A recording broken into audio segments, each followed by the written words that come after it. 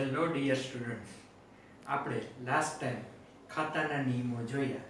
હવે ત્યારબાદ આપણે થર્ડ ચેપ્ટર, જે તમારું પ્રેક્ટિકલ ચેપ્ટર છે, આમનોંધ સ્ટાર્ટ કરીએ. હવે આમનોંધ જે છે એ તમારે એકદમ પ્રેક્ટિકલી પાયાનું ચેપ્ટર છે.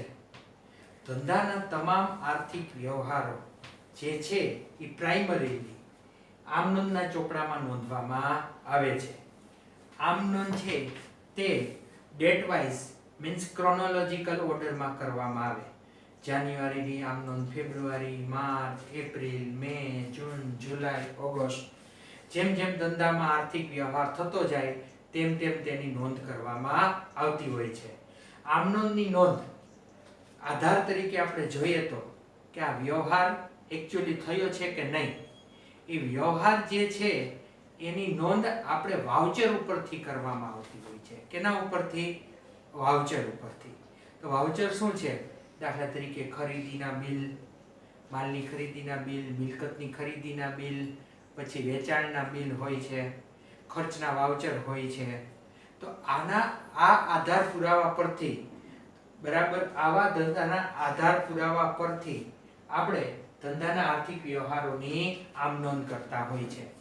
આમનોંધ આપણે શીખીએ એ પહેલા તમારી પાસે પારિભાષિક શબ્દોની સમજૂતી એક તો ક્લિયર હોવી જોઈએ, જે આપણે શરૂઆતના લેક્ચર્સમાં બધું લીધેલું છે જ.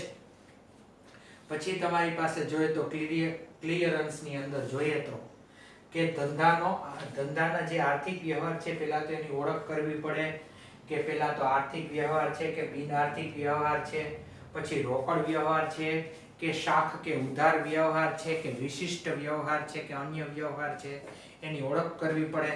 ત્યારબાદ એ પ્રમાણે એનો ખાતાનો નિયમ, વ્યક્તિ ખાતાના નિયમ જોયા, માલ મિલકતના નિયમ જોયા અને ઉપજ ખર્ચના ખાતાના નિયમ જોયા. એ નિયમ તમે એપ્લાય કરો ત્યારે તમારી આમનોંધ કમ્પ્લીટ થાય.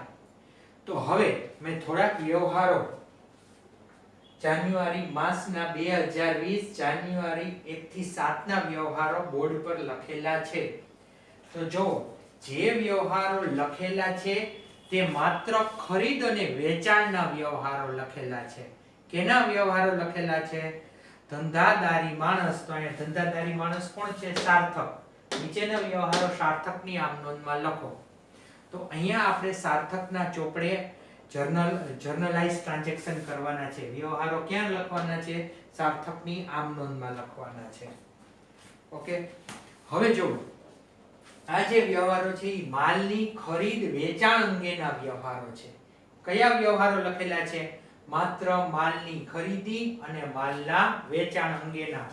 ફર્નિચરનો વેપારી તો ફર્નિચરની કે લાકડાની કે સનમાઇકાની ખરીદી કરતો હોય અને એનું વેચાણ કરતો હોય ફિનિશ પ્રોડક્ટ કરીને, બરાબર, તો એ ટાઈપના ટ્રાન્ઝેક્શન. એટલે વેપારી જે ચીજ વસ્તુનો ધંધો કરે છે એ ચીજ વસ્તુની ખરીદી અને એના વેચાણના બધા વ્યવહારો છે. હવે સાથે સાત વ્યવહારો અલગ અલગ લીધેલા છે, જેથી કરીને તમને ખ્યાલ આવી શકે કે આ વ્યવહારોની આમનોંધ કઈ રીતના બની શકે. આમનોંધ તમારે કન્સેપ્ચ્યુઅલી વિચારીને જ કરવાની છે. જેનો કન્સેપ્ટ એકદમ ક્લિયર, એને આમનોંધ સારી રીતના થઈ શકે. આમનોંધની કોઈ લિમિટેશન્સ નથી. 5, 10, 15, 20, 50, 100, 200, 300, 500 આમનોંધ બન્યા જ કરે, વ્યવહારો આવ્યા જ કરે. જેમ કે મેથ્સ તમે આગળના ધોરણમાં ભણી ગયા તો મેથ્સના અલગ અલગ દાખલા બન્યા જ કરે. રેડી? તો એ તમને દાખલા ક્યારે આવડી શકે? જો તમે એનો વ્યવસ્થિત કન્સેપ્ટ ક્લિયર કર્યો હોય તો. ભૂમિતિ હોય તો ભૂમિતિમાં ઘણી જગ્યાએ પાયથાગોરસના પ્રમેયનો ઉપયોગ થતો હોય, તો એ પ્રમેયનો તમે કન્સેપ્ટ યાદ હોય તો એ સમમાં તમે એપ્લાય કરો ને. તો આ આમનોંધ આપણે શીખવાની છે. તો કેના ઉપરથી થશે? એક તો પેલા તમને પારિભાષિક શબ્દનું નોલેજ હોવું જોઈએ, પછી વ્યવહારની ઓળખ હોવી જોઈએ કે વ્યવહાર રોકડનો છે, શાખનો છે કે અન્ય વ્યવહાર છે. પછી ત્રીજું સ્ટેપ આવે એના નિયમો, વ્યક્તિ ખાતાનો શું નિયમ છે, માલ મિલકતનો શું નિયમ છે અને ઉપજ ખર્ચનો શું નિયમ છે. નિયમ આગળના લેક્ચરમાં આપણે ડિસ્કસ કરી ગયા. વ્યક્તિ ખાતાના બે નિયમ છે, એક લેનાર વાળો, એક આપનાર વાળો. તો હવે એ નિયમ બોલવો હોય તો કઈ રીતના બોલી શકાય? કે ધંધામાંથી જો કોઈ વ્યક્તિએ લાભ મેળવ્યો હોય આપણી પાસે, કે ધંધાનો અને ધંધામાં વ્યવહાર કરનાર વ્યક્તિ લાભ લેનાર હોય તો એનું ખાતું શું કરાય? ઉધાર. અને આપણા ધંધાને લાભ આપનાર હોય તો એનું ખાતું શું કરાય? જમા. આ થયા વ્યક્તિ ખાતાના બે નિયમો. પછી માલ મિલકત અને રોકડનો નિયમ. તો માલ મિલકત કે રોકડ ધંધામાં આવે તો ઉધાર અને જાય તો જમા. પછી તમે ઉપજ ખર્ચનો નિયમ. તો ઉપજ ખર્ચમાં મેં તમને મહેસૂલી ખર્ચ અને મહેસૂલી આવક સમજાવે. તો મહેસૂલી ખર્ચ અને નુકસાની ખાતાઓ ઉધાર થાય. મહેસૂલી ઉપજ અને આવક કે નફા ખાતા શું થાય? જમા. આ ત્રણ ખાતાના નિયમો ઉધાર જમા, ઉધાર જમા, ઉધાર જમા, 6 વસ્તુ જ માત્ર એકાઉન્ટન્સી જ્યાં સુધી તમે કોમર્સ ભણો ને ત્યાં સુધી આ 6 વસ્તુ જ એકાઉન્ટન્સીમાં આવશે. કોઈ નવી વસ્તુ આવશે નહીં. ઉધાર કરો કે જમા કરો. રેડી? તો આ 6 નિયમો કન્સેપ્ચ્યુઅલી કઈ રીતના અપ્લાય કરવા તે આપણે વિચારવાનું છે. એટલે પ્યોરલી આમનોમથી તમારું થિંક કરવાનું કામ, થિંકિંગ કામ, લોજિકલી કામ કે બરાબર તે સ્ટાર્ટ થશે. જો ગોખેલી હશે આમનોમ જો નહીં આવડે તો પછી એકાઉન્ટન્સીમાં આગળ ઉપર કોઈ ધોરણમાં કંઈ શીખી શકાય નહીં.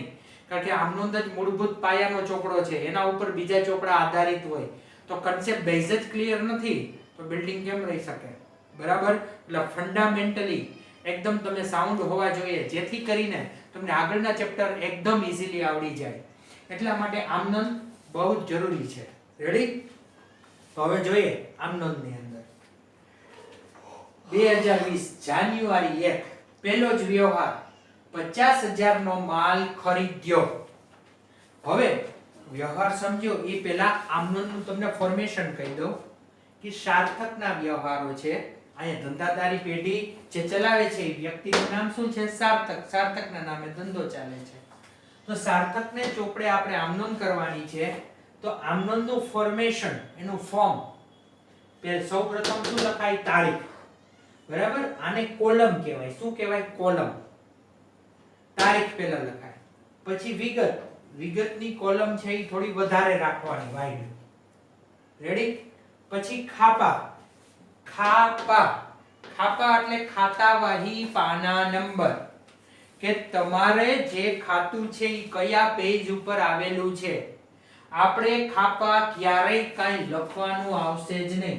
ખાતાવાહી પાના નંબર જે સાચો રિયલ વેપારી હોય તે પોતાના ખાતાવાહીના ચોપડામાં આ ખાતા નંબર કેટલા ઉપર આવેલું છે, આ જે ખાતું આમનોમમાં લખેલું હોય એ ખાતાવાહીના કેટલામાં પેજ ઉપર આવેલું છે એટલા માટે જ જરૂરી છે. એટલે સાચો વેપારી લખે ખાતાવાહી પાના નંબર, આપણે લખવાના આવશે નહીં. આપણે ખાલી ફોર્મમાં ખાપા ફોર્માલિટી ખાતર લખવાનું છે. પછી આવે ઉધાર રૂપિયા. રૂપિયાની સાઇન છે. જમા રૂપિયા કાઉન્સમાં છે એ રૂપિયાની સાઇન છે. રેડી? તો આ થયું આમનોમનું ફોર્મેશન. આપણે દ્વિનોંધી નામા પદ્ધતિ ભણીએ છીએ એટલે પ્રત્યેક વ્યવહારની ઓછામાં ઓછી બે અસર, એક ઉધાર અને એક જમા. એટલે ઉધારની કોલમ અને જમાની કોલમ. હવે પેલો વ્યવહાર જોવો. પેલા વ્યવહાર આ તમારી રકમ છે. આ વ્યવહાર આપેલા છે એ આપણે એક્ઝામમાં રકમ તરીકે પૂછાય. બરાબર? એના ઉપરથી આપણે આન્સર આમ નોંધ આપવાની છે. તો શું લખેલું છે? રૂપિયા 50,000 નો માલ ખરીદ્યો. તો હવે તમને પ્રેક્ટિસ, રોકડ વ્યવહાર છે કે શાખનો વ્યવહાર છે કે બિન આર્થિક છે, પ્રેક્ટિસ તમને બરાબર કરાવેલી છે. તો હવે તમને વ્યવહાર વાંચતા ખ્યાલ આવી જાવો જોઈએ. 50,000 નો માલ ખરીદ્યો, એમાં કોઈ વ્યક્તિના નામનો ઉલ્લેખ છે? કોઈ વ્યક્તિનું નામ આવ્યું? નીલાબહેન કે વિમલાબહેન કે અજીતભાઈ કે અમિતભાઈ કે પ્રશાંતભાઈ કે નામ કોઈનું આવેલું છે? નહીં. તો આ વ્યવહાર કેવો કહેવાય? રોકડ વ્યવહાર. કેવો વ્યવહાર કહેવામાં આવશે? રોકડ વ્યવહાર કહેવામાં આવશે. રેડી? બીજો વ્યવહાર, 1 લાખ નો માલ અજીત પાસેથી ખરીદ્યો. આપણે વ્યવહારમાં નામ ક્યારે લખ્યું? બરાબર? અજીત નામ લખ્યું ને વ્યવહારમાં. રોકડનો ઉલ્લેખ છે, રોકડેથી ખરીદ્યો તેમ. નામ કેનું લખ્યું? અજીતનું લખેલું છે. તો અજીત પાસેથી આપણે રોકડેથી માલ ન ખરીદ્યો હોય આપણા આ માલની ખરીદી ઉધારમાં થઈ હોય, બાકીમાં થઈ હોય, શાખ ઉપર આપણે માલ ખરીદ્યો હોય, તો આ વ્યવહારને ઉધાર કે શાખનો વ્યવહાર કહેવાય. કેવો વ્યવહાર કહેવાય? ઉધાર કે શાખનો વ્યવહાર. નામ આવી ગયું અજીત. તો આપણે કોણ? આપણે જેનું નામું લખતા હોય ને, આપણે કેના ચોપડે નામું લખીએ? અકાઉન્ટિંગ. હું આમ નોંધ લખું ને એને કહેવાય અકાઉન્ટિંગ, નામું લખવું. તો આપણે કેના ચોપડે નામું લખીએ? સાર્થકના ચોપડે નામું લખીએ. તો આપણે શું બની જવાનું? આપણે સાર્થક. રેડી?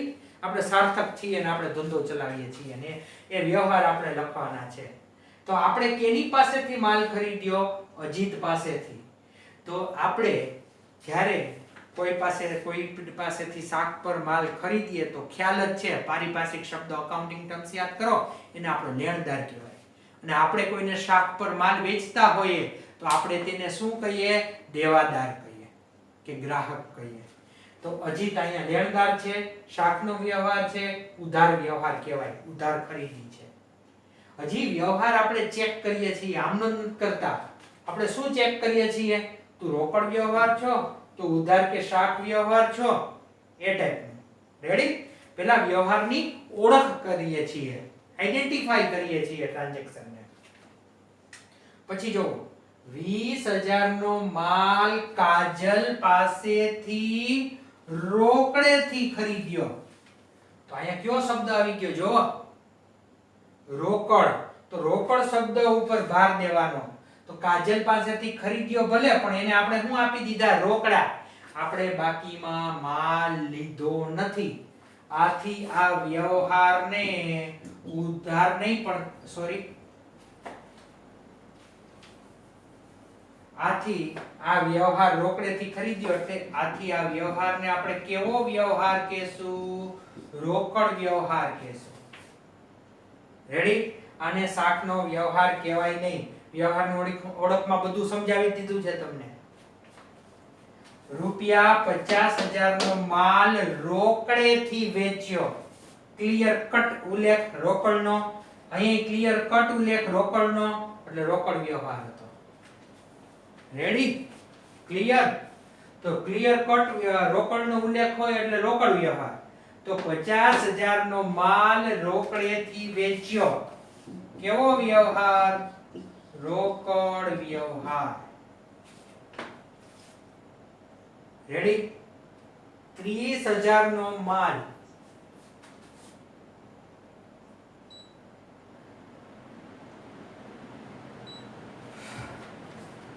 30,000 નો માલ કમલને વેચ્યો. તો 30,000 નો માલ કમલને વેચ્યો. રોકડનો ઉલ્લેખ નહીં, નામનો ઉલ્લેખ હા. તો એ વ્યવહારને કેવો ગણી લેવાનો? ઉધાર વ્યવહાર. ઉધાર કે શાખ. શાખ એટલે ઓળખાણ. ઓળખાણમાં ક્યારે આપીએ? ઉધારીમાં એને ક્યારે દઈએ? શાખ એની ઓળખાણ હોય તો. એટલે ઉધાર વ્યવહાર બોલો કે શાખનો વ્યવહાર બોલો, બેયનો મતલબ એક. 5,000 નો માલ કમલે પરત કર્યો. કમલેનો શાખનો વ્યવહાર હતો. કમલે વેચેલો માલ પાછો આપી દીધો, આને કહેવાય વેચાણ પરત. આગળ એ ઉધારનો હતો તો આ કેવું હોય? ઉધાર વ્યવહાર. ₹4,000 નો માલ આપણે અજીતને પરત કર્યો. અજીત વાળો વ્યવહાર કેવો હતો? ઉધાર. તો આ વ્યવહાર એને આપણે ખરીદેલો માલ હતો, બરાબર નહોતો, એટલે આપણે કેને આપી દીધો? પાછો અજીતને આપી દીધો. એટલે આ ખરીદ પરત થયું. પણ આગળ ખરીદી ઉધાર વ્યવહાર હોય એટલે આ પણ કેવો વ્યવહાર ગણાય? ઉધાર વ્યવહાર. રેડી? તો આ સાથે સાત વ્યવહારની ઓળખ થઈ ગઈ. સાથે સાત વ્યવહારની કઈ ઓળખ છે? બરાબર? કે રોકડ વ્યવહાર છે કે ઉધાર વ્યવહાર છે કે બરાબર રોકડ વ્યવહાર છે, ઉધાર વ્યવહાર છે કે ઉધાર વ્યવહાર. રેડી? તો આ રીતના આપણે વ્યવહારોને આઈડેન્ટિફાઈ કર્યા. શું કર્યા? વ્યવહારોને આઈડેન્ટિફાઈ કર્યા. કે જાણ્યું કે વ્યવહારો રોકડના છે કે ઉધાર. એ પ્રમાણે એની આમ નોંધ થાય. રોકડ વ્યવહાર હોય એમાં એક ખાતા તરીકે રોકડ આવે. એક ખાતામાં કેનું નામ આવશે? રોકડ. કાં તો ઉધારમાં નામ આવે કાં તો જમામાં નામ આવે. ઉધાર વ્યવહારમાં કે શાખના વ્યવહારમાં એક ખાતા તરીકે તે વ્યક્તિનું નામ આવે.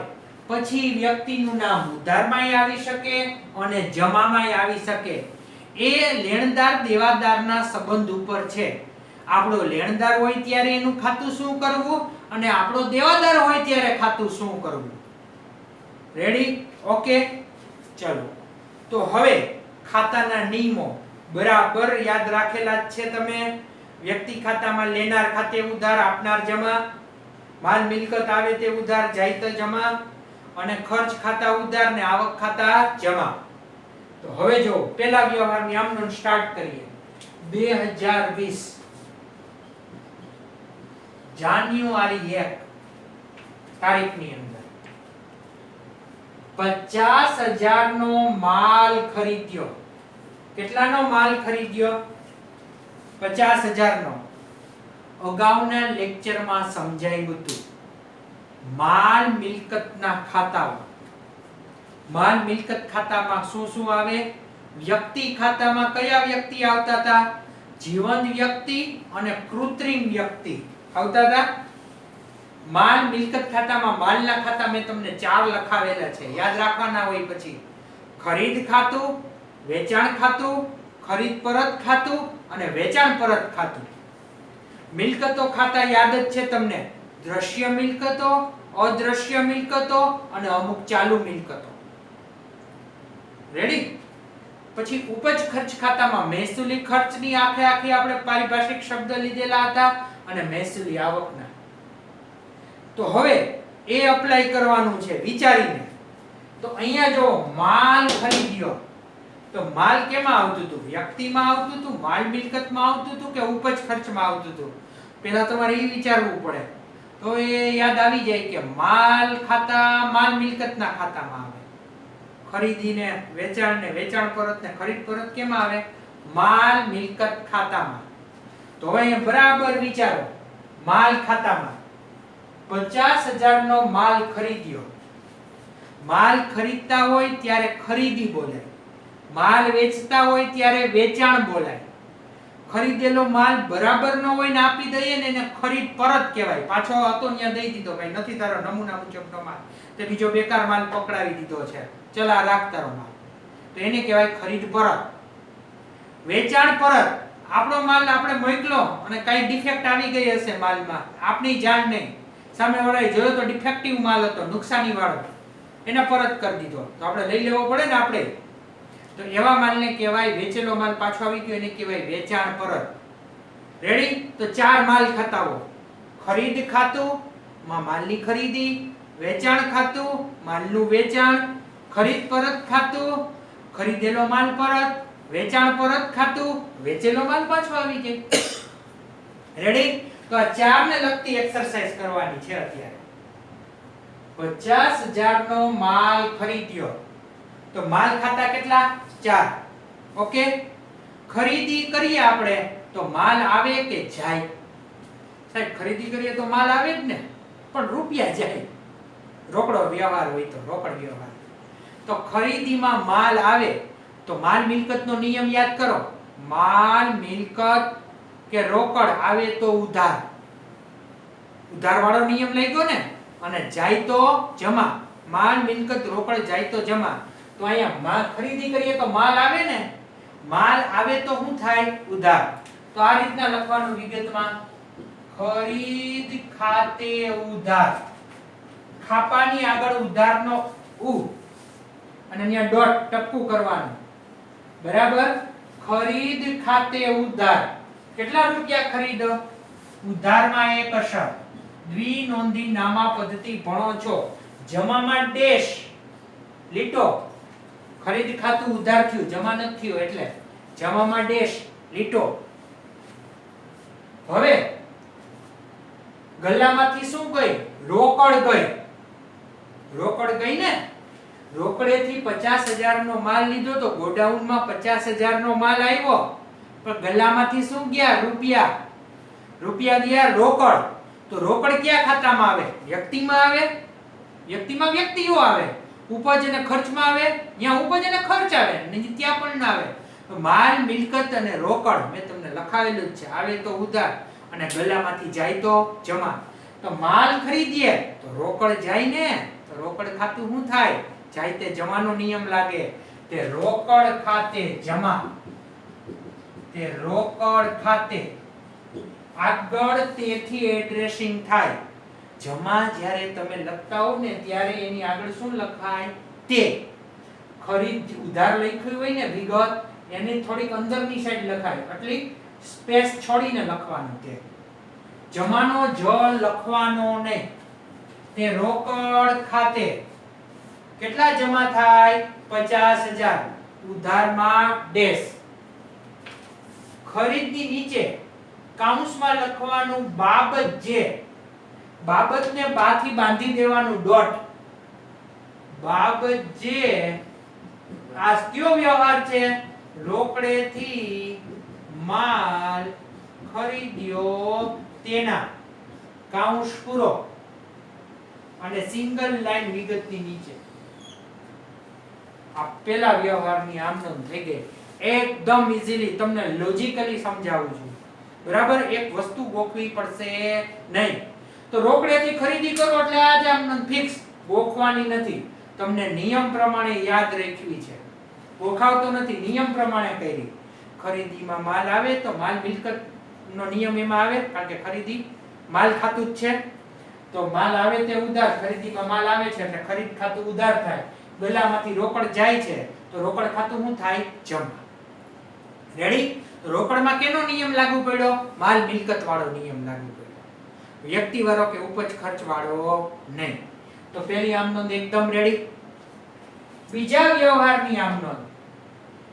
1 લાખ નો માલ અજીત પાસેથી ખરીદ્યો. કેની પાસેથી ખરીદ્યો? અજીત પાસેથી. જાન્યુઆરી 2. માલની શું કરી? પેલા વિચારો. ખરીદી. ખરીદીમાં માલ આવે. ખરીદીમાં કયો નિયમ લાગે? માલ મિલકતનો. માલ મિલકત આવે તો ઉધાર. તો માલની ખરીદી કરીએ તો ગોડાઉનમાં કે દુકાનમાં માલ આવે ને, આવે તે ઉધાર. તો પેલી આમ નોંધમાં ખરીદ ખાતું ઉધાર થયું હોય તો બીજી આમ નોંધમાં શું આવે? ખરીદ ખાતે ઉધાર. પણ રકમ બદલી ગઈ. 1 લાખ. જમામાં ડોટ. જમામાં કાઈ નહીં. ખરીદ ખાતું હજી ઉધાર થયું છે, જમા નથી થયું. કેની પાસેથી માલ ખરીદ્યો? અજીત. કેવો વ્યવહાર છે? ઉધાર કે શાક. અગાઉ કેટલી વાર બોલીને સમજાવેલું. ઉધાર કે શાક નો વ્યવહાર હોય ત્યારે ઓછામાં ઓછું એક ખાતું વ્યક્તિનું આવે. તો અહીંયા વ્યક્તિ કોણ? અજીત. તો હવે ખ્યાલ આવી ગયો.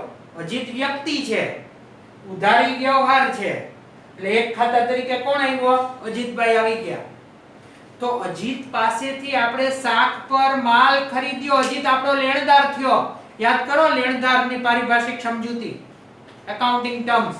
જે વ્યક્તિ પાસેથી શાક પર માલ કે સેવા ખરીદેલી હોય તો અજીત શું છે? આપણો લેણદાર. હવે એ વ્યક્તિ છે, એક તો લેણદાર છે પણ વ્યક્તિ તો છે ને.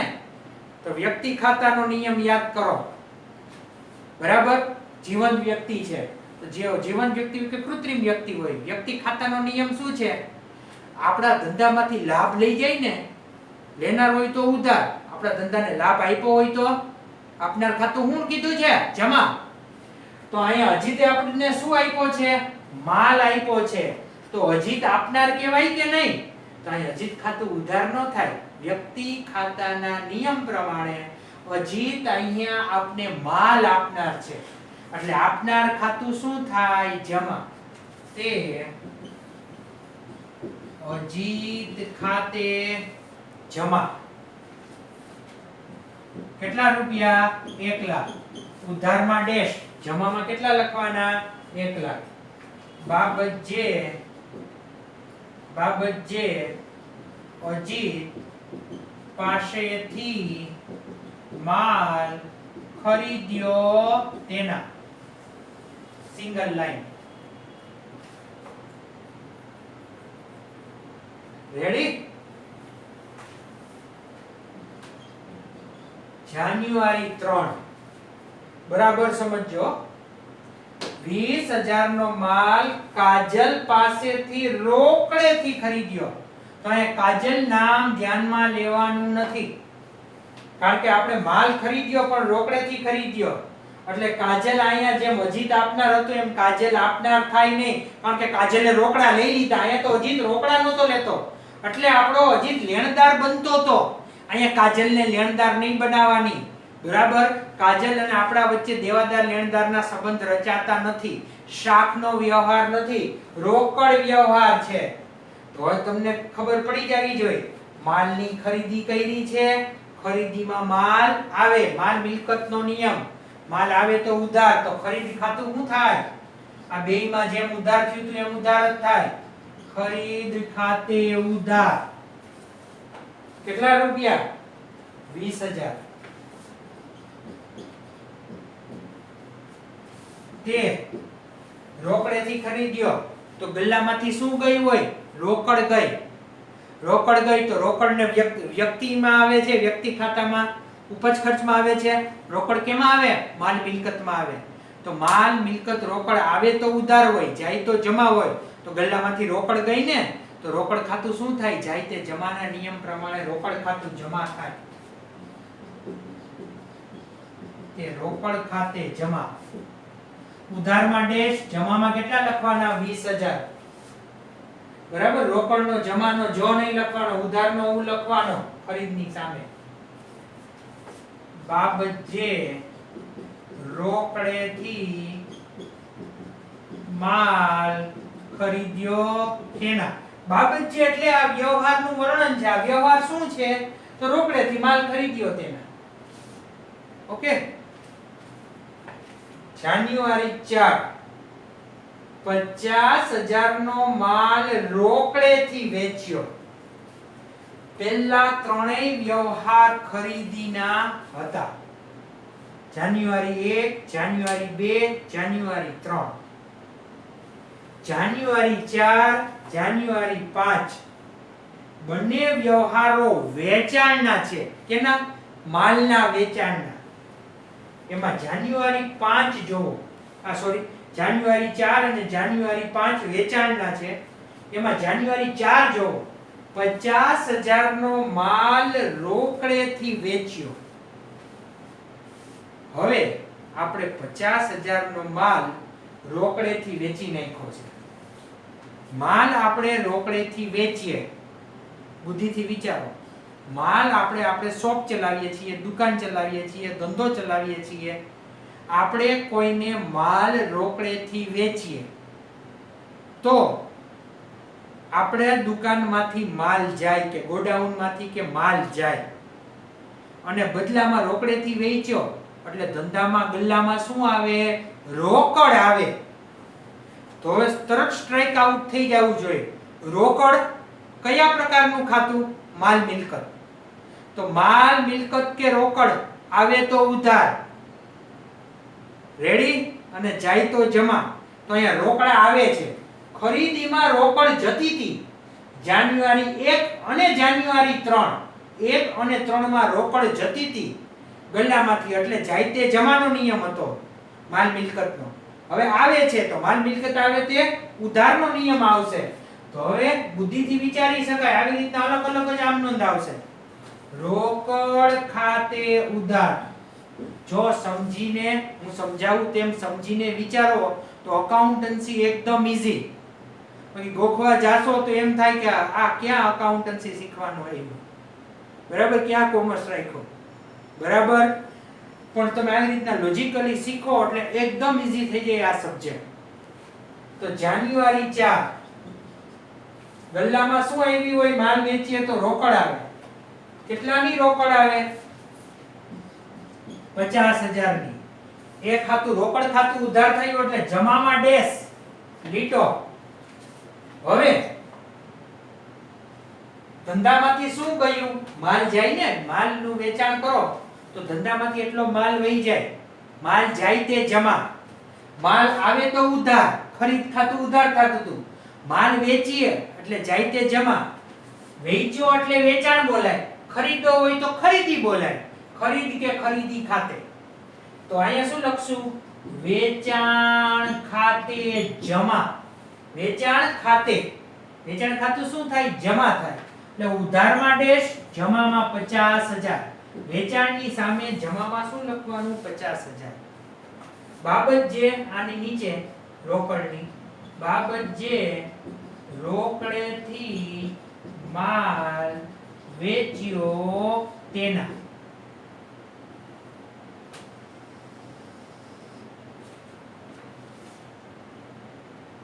રેડી?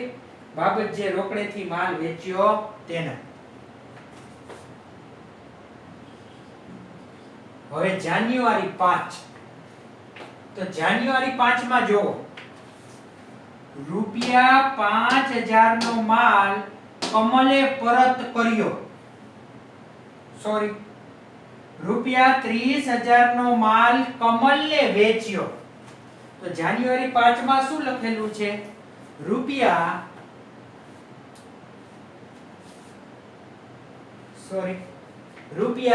₹30,000 નો માલ કમલને વેચ્યો. બે અલગ છે, ક્યારેક આ વચાઈ જાય છે, સોરી. ₹30,000 નો માલ આપણે કેને વેચ્યો છે? કમલને. કમલને વેચ્યો છે. આ વ્યવહારમાં રોકડનો ઉલ્લેખ છે નહીં.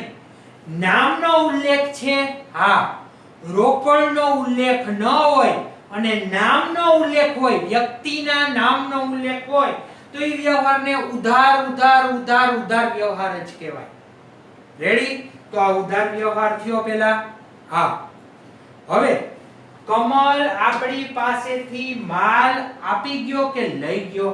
આપણે માલ વેચ્યો હોય તો લઈ ગયો હોય ને. તો કમલ વ્યક્તિ છે. કમલ માલ લઈ ગયો છે. કમલ માલ લેનાર કહેવાય આપણી પાસેથી. બદલામાં આપણે રૂપિયા આપ્યા નહીં. તો વ્યક્તિ ખાતાનો નિયમ યાદ કરો. આપણા ધંધામાંથી લાભ લેનાર હોય તો એનું ખાતું ઉધાર થાય. તો કમલ આપણા ધંધામાંથી 30,000 ના માલનો લાભ લઈ ગયો ને, લેનાર ખાતું ઉધાર થાય. અને જો ધંધાને આપનાર હોત ને, અહીં અજીત આપતો તો, ખરીદીમાં આપતો તો આપનાર ખાતું શું થાય? જમા થાય. એ માલ આપતો તો ને એટલા માટે, કારણ કે લાભ આપનાર હતો ધંધાને. ધંધાને કયો લાભ આપતો તો? માલ આપતો તો. રેડી? મફતમાં નથી આપતો. થોડા ટાઈમ પછી આ પૈસા લઈ લેશે અને કમલ પાસેથી આપણે થોડા ટાઈમ પછી આપણે પૈસા લઈ લેશું. રેડી? તો થોડા દિવસ બાકીમાં આપતા હતા. તો હવે અહીંયા વિચાર, લાભ લેનાર થયો, માલ બાકીમાં લઈ ગયો. ઉધાર વ્યવહાર છે એટલે એક નામ કમલનું તો લખવું જ જોહે. કાં તો કમલ ઉધારમાં આવે કાં તો જમામાં. તો વિચાર્યું તમે, તો કમલ લાભ લેનાર થયો. તો વ્યક્તિ ખાતાનો નિયમ છે, લાભ લેનાર ખાતે ઉધાર અને લાભ આપનાર ખાતે જમા. આ નિયમ ભૂલતા નહીં. તો હવે કમલ અહીંયા આપણા ધંધામાંથી માલ લઈ ગયો એટલે લાભ લેનાર થયો. કમલ ખાતે ઉધાર કેટલા રૂપિયા? 30,000. એટલે જમામાં ડેશ. જમામાં શું આવશે? ડેશ, લીટો. બરાબર? તે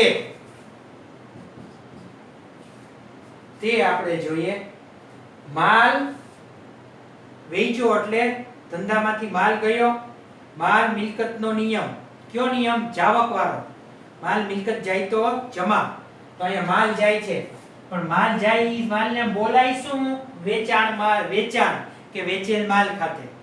તે વેચાણ ખાતે. અહીં વેચાણ ખાતું જમા. અહીં વેચાણમાં માલ જતો હોય એટલે વેચાણ ખાતું હંમેશા જમા થાય. ખરીદી કરી એટલે માલ હંમેશા આવે એટલે ખરીદ ખાતા જવો. ત્રણેય વ્યવહારોમાં ઉધાર થયા હતા. આવતો હોય ને એટલે ખરીદીમાં માલ અને વેચાણમાં માલ જતો હોય એટલે જમા થાય. 30,000 રૂપિયા. બાબત જે કમલને માલ વેચ્યો તેના.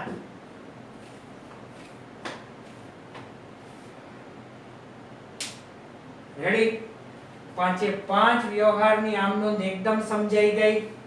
પહેલા 3 વ્યવહારની આમનોંધ ખરીદીની છે ખરીદીમાં શું નિયમ અપનાવ્યો કે અપ્લાય કર્યો તમને ખ્યાલ છે? રોકડેથી ખરીદી, શાખ પર ખરીદી કે ઉધાર ખરીદી? રોકડેથી ખરીદી. વેચાણ રોકડેથી વેચાણ અને શાખ પરનું વેચાણ કે ઉધાર વેચાણ. બધું તમને નિયમ સહિત વ્યવસ્થિત લોજિકલી સમજાવ્યું. હવે વ્યવહાર નંબર 6 અને 7 ની આમ નોંધ કરવાની છે. તમારે બોર્ડમાંથી કાઢવી જશે. બે કામ નોંધ કાઢી નાખો.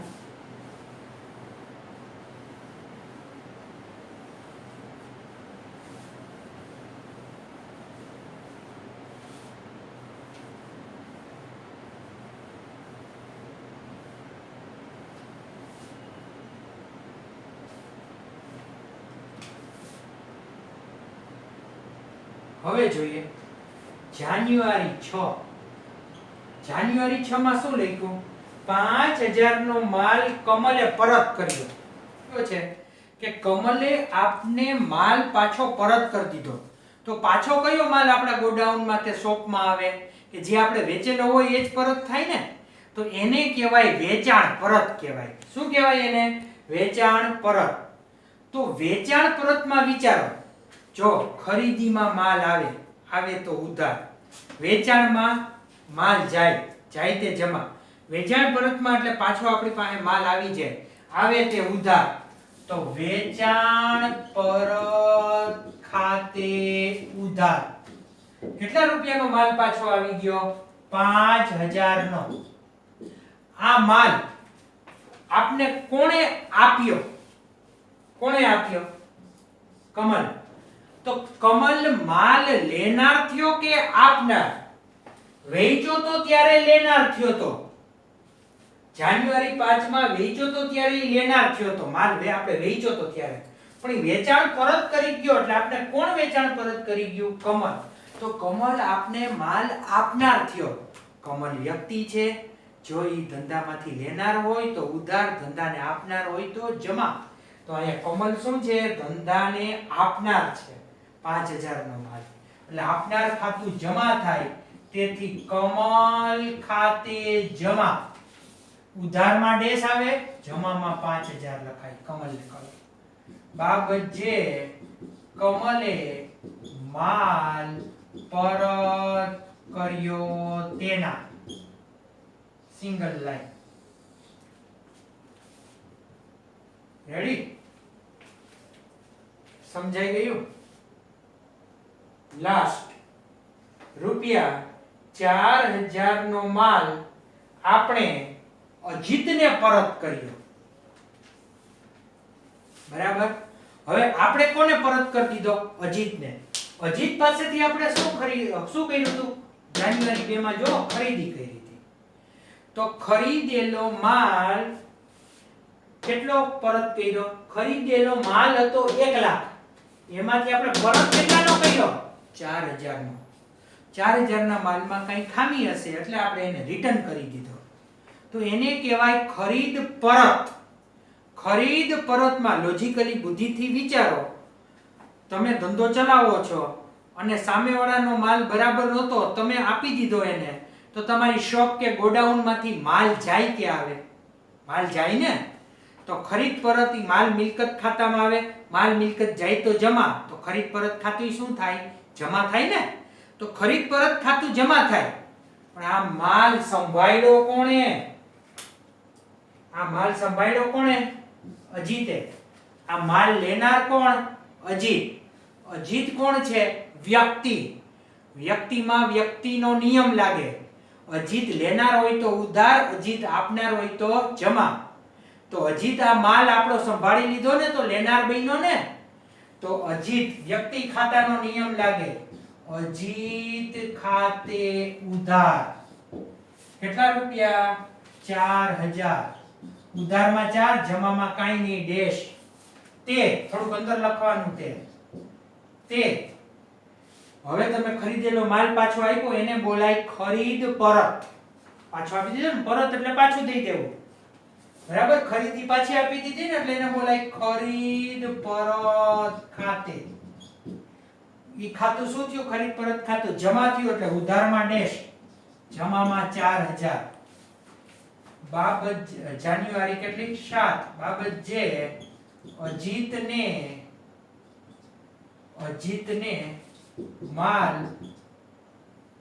માલ પરત કર્યો, બરાબર, અજીતને માલ પરત કર્યો તેના. રેડી? અજીતને માલ પરત કર્યો, અજીતે નથી કર્યો. રેડી? આપણે એને રિટર્ન કર્યો, અજીત નથી રિટર્ન કરતો. ક્લિયર? તો માલ ખાતાને લગતી ચારે ચાર માલ ખાતા આવી ગયા. ખરીદ ખાતામાં માલ આવે એટલે ખરીદ ખાતું ઉધાર થાય. વેચાણમાં માલ જાય, માલ મિલકતનો નિયમ જમાવાળો લાગે. વેચાણ પરતમાં માલ આવે, માલ મિલકતનો ઉધારવાળો નિયમ લાગે. ખરીદ પરતમાં માલ વહી જાય ગોડાઉનમાંથી એટલે માલ મિલકતનો જમાવાળો નિયમ લાગે. અને વેચાણ પરતમાં માલ આવે એટલે માલ મિલકત ઉધારવાળો નિયમ લાગે. રેડી?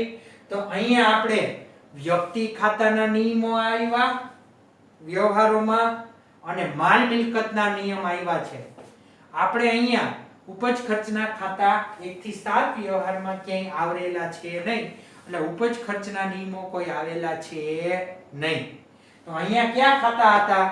અમુક વ્યક્તિના ખાતા હતા અને અમુક માલના ખાતા હતા. તો માલના ખાતા કેટલા હતા? 4. ખરીદ ખાતું, વેચાણ ખાતું, ખરીદ પરત ખાતું ને વેચાણ પરત ખાતું. આ 4 ખાતામાં માલ મિલકતના નિયમો લાગ્યા. માલ મિલકત ઉધારવાળો નિયમ અને માલ મિલકતનો જાયતો જમાવાળો નિયમ. વ્યક્તિ ખાતામાં કોણ અહીંયા હતું? વ્યક્તિ ખાતામાં આપણે અહીંયા જોયા તો એક અજીત હતો અને બીજો વ્યક્તિ ખાતામાં કોણ આવે? કમલ. કાજલ હતો પણ રોકડ વ્યવહાર હતો એટલે ઈ ગણાય નહીં વ્યક્તિ ખાતું કઈ. બરાબર? તો અજીત ખાતું શા માટે ઉધાર થયું ઈ તમને બુદ્ધિથી સમજાવ્યું. બરાબર? પછી અજીત ખાતું ક્યારે જમા થયું એ પણ સમજ્યું. પછી કમલ ખાતું ક્યારે ઉધાર થયું અને કમલ ખાતું ક્યારે જમા થયું. કમલ ખાતું ક્યારે ઉધાર થયું અને કમલ ખાતું ક્યારે જમા થયું. રેડી? આ આપણે વ્યક્તિ ખાતાના નિયમથી સમજીએ. તો આપણે આજનો લેક્ચર આમનોંધનો અહીંયા સુધી રાખીએ. આ ચેપ્ટર આપણે ઘણા બધા દિવસો ચાલશે અને પ્રેક્ટિસ કરતા જ રહેશું.